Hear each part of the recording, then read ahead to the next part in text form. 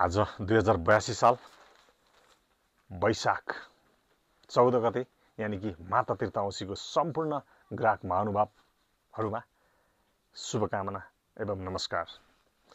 र विशेषतः आज माता तीर्थऔसी अनि कि सम्पूर्ण आमाहरूलाई मेरो नमस्कार।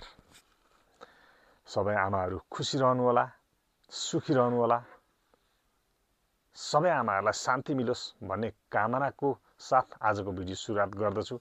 हामी प्रतीक्षा वस्त्रालय धर्मदेवी नगरपालिका मुडे सङ्घ सभा नेपालबाट है। दर्शकवृन्द, यस अवसरमा हामीले सबै छोराछोरीहरूले आफ्नो मानेजन आमाहरूलाई सम्झिने गरिन्छ। आजको दिन विशेष हुन त अरू दिन पनि आफ्नो मातापितालाई केयर गरेकै हुन्छौँ, तर पनि आज चाहिँ पर्वैले भेटेको।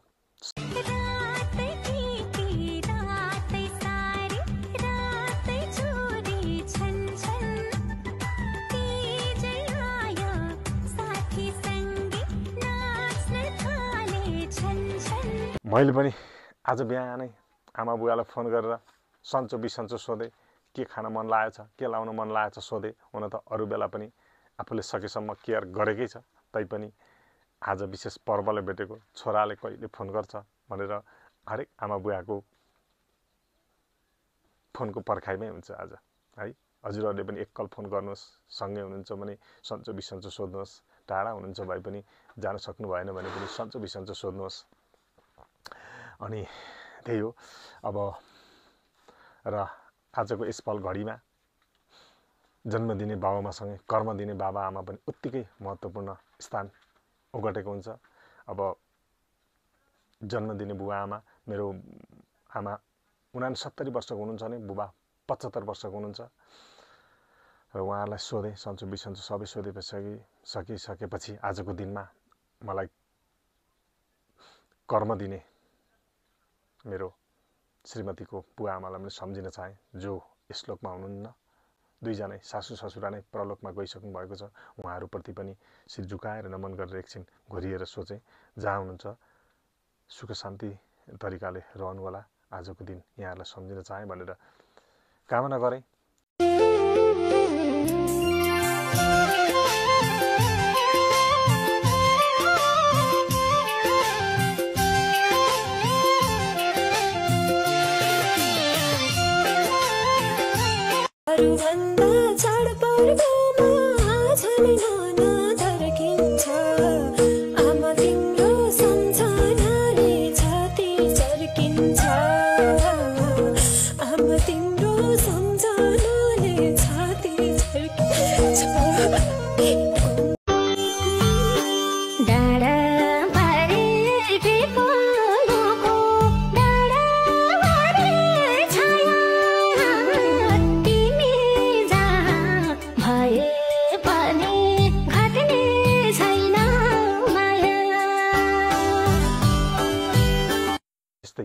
तपाईहरुको बुवाआमाहरूलाई पनि सम्पूर्णलाई सम्झेको छु।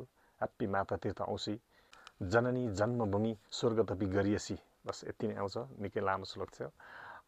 आफ्नो आमा भगवान सरह हुनुहुन्छ, पृथ्वी जत्तिकै महान हुनुहुन्छ, अथवा आमाको शब्द वर्णन गरेर हामी मानव जातिले सक्दैनौँ। आमा महान हुनुहुन्छ। 9 महिनासम्म कोखमा राखेर 10 दारा दुध खुवाएर आफूले नखाएर पनि आफ्नो सन्तानलाई खुवाउने हाम्री आमा महान हुनुहुन्छ। आजको यस घडीमा उहाँलाई सम्झनै पर्छ, अघि पछि पनि सम्झनै पर्छ, तर आज विशेष पर्वको कारणले पनि हामीले सम्झनु पर्छ। That's why mother is great. Happy mother's day भन्न चाहन्छु। यहाँहरूसँग म प्रतीक्षा वस्त्रालय आजको दिन बिदा माग्दछु। Thank you so much for watching this video.